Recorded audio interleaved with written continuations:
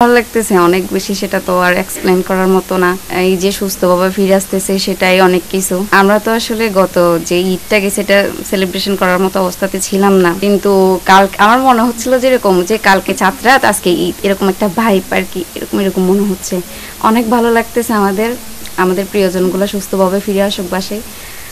এটার জন্য আসলে অনেক খুশি আমরা, এবং কোম্পানি, সরকার সবাইকে অনেক অনেক ধন্যবাদ এটার জন্য।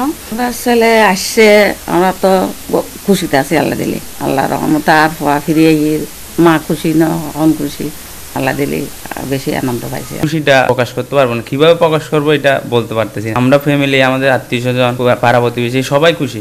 অনেকদিন পরে, প্রায় 5-6 মাস পরে আমার ভাইকে দেখবো, একটু বুকে ধরে আজাই ধরবো, আর মুখে বলা যায় না। কোম্পানির চেষ্টা, কোম্পানির একান্ত দয়া, মনে করেন সরকারের, মানুষের দয়া, মানে সবাই মানে দোয়া করছে। এই যে 23 মার ছেলে, সব তো এক মার ছেলের মতো, এই মানুষের খুবই দয়া করছে। কিন্তু এই রমজান মাস যারা কি মনে করছে তাদের জন্য তাজ্জুদের নামাজ পড়ে দোয়া করছে, মানে এদের দয়ার কোনো শেষ নেই। আমার এলাকার লোকজন আমার ছেলের জন্য বেশি বেশি দয়া, আমার এলাকার লোক বিশেষ করে ছোট বড় আমার ছেলেকে বেশি ভালোবাসে, বেশি আনন্দ তৈরি করে। কি যে বাসা দিয়ে কি করব আমি নিজেও কল্পনা করতে পারতেছি না। কি করব এখন, তাদেরকে কি দিয়ে আমি সান্ত্বনা দেব, তাদের কাছে আমি কৃতজ্ঞতা কেমনে প্রকাশ করব, এটা আমি নিজেও কল্পনা করতে। আমার মতো অর্থ তো ওরকম থাকলে আমি তো ওইভাবে অর্থ ব্যয় করি। আশা আছে যে আমরা জড়িয়ে ধরবো একটু, যে আকাঙ্ক্ষা, যে ভালোবাসা, যে এতদিন পর সাজ্জাদ ভাইকে সরাসরি দেখবো, সামনে দেখবো, যে মৃত্যুর পর থেকে উনি বলতে গেলে মানে মৃত্যু রেখে আসতেছে। এখন একটা মানুষ চলে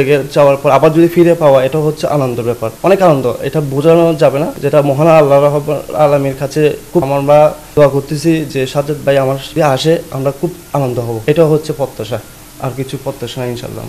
অনেকদিন পর আসতেছে, এতদিন দুশ্চিন্তা ছিলাম যে ছাড়া পাওয়ার পর অনেক ভালো লাগছে যে আমাদের মাঝে আবার আসবে। আমাদের ভালো লাগতেছে, মোটামুটি আলহামদুলিল্লাহ ভালো লাগতেছে। চিন্তা বলতে এখন এতদিন জিম্মি ছিল যে মৃত্যুর কোলে যেরকম ছিল, মৃত্যুর খবর দিয়ে আসা একই ব্যাপার। তার পরিবার ছিল, দুশ্চিন্তা ছিল, ভালো করে বা রোজা করতে পারে নাই। এখন আলহামদুলিল্লাহ যে উনি আসবেন, ওনার ইজে খাটার, ওনার পরিবার যে করতে পারে নাই, ওনাকে নিয়ে যে ঈদের আনন্দটা ভাগাভাগি করবে এখন।